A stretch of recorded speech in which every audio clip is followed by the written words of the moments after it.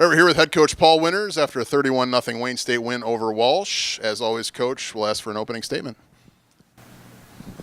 Okay. If the first half was ugly, it was offensively it was ugly. Defense, it was great. It was hard to watch.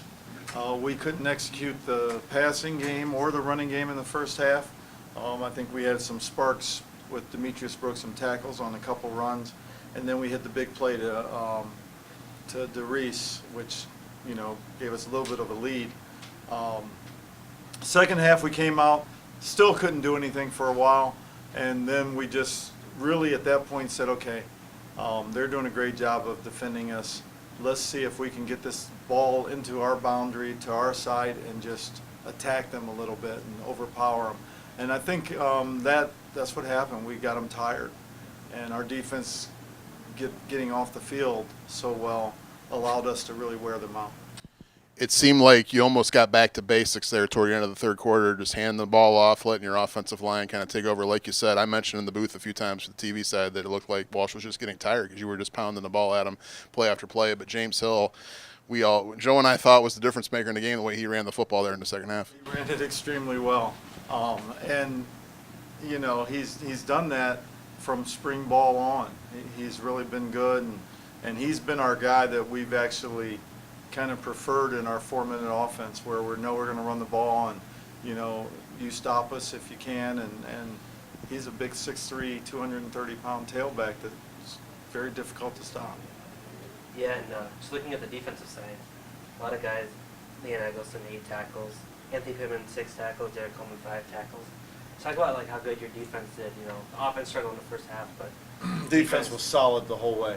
Leon Eggleston, he obviously made impact plays for us.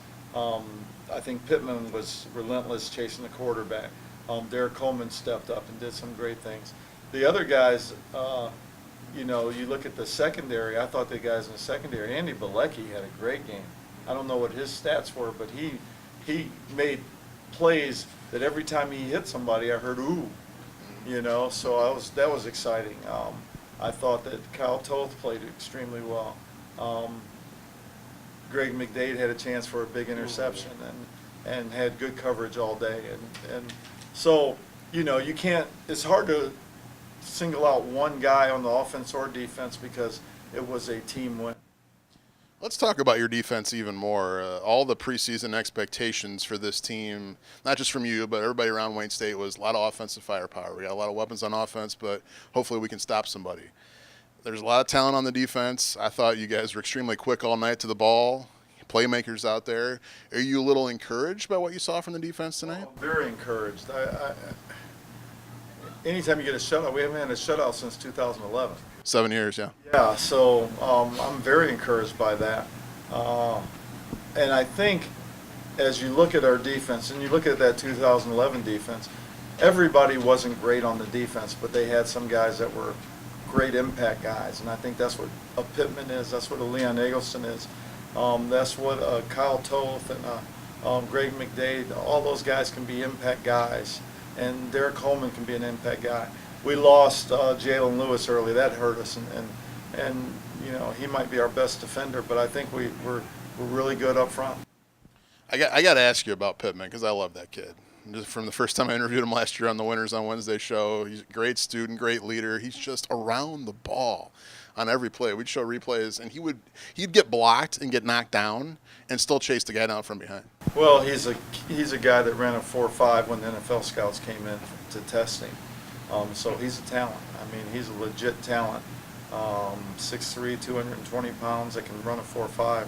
You don't find those guys too often, so we're very fortunate to have them. I got to ask you about the quarterback situation. Dakota started, didn't look very good. You went with DJ in the second half. A lot of runs, but managed the game maybe a little better. Do you anticipate as the season goes on you're going to ride the hot hand week to week, or are you going to try to stick with one guy maybe the rest of the season going forward? Well, I think you like to have one guy at that position, but really, do you have to? North Dakota State won a national championship with 2 quarterbacks playing at the same time. Not same time, but you know what I mean. I think that we've got 3 right now quality starting quarterbacks. I would not feel bad at all putting any of the three in at any time.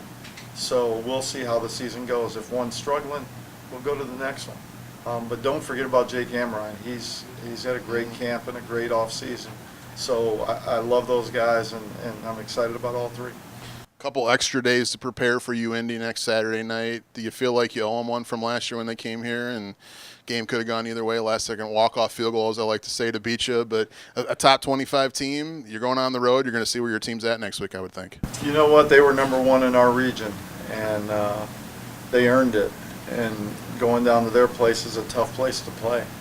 And I am not worried about what happened last year. We got to get this team playing better offensively and keep that momentum defensively, and just go down there and play the way we've had success down at their place. We need to go and do it again.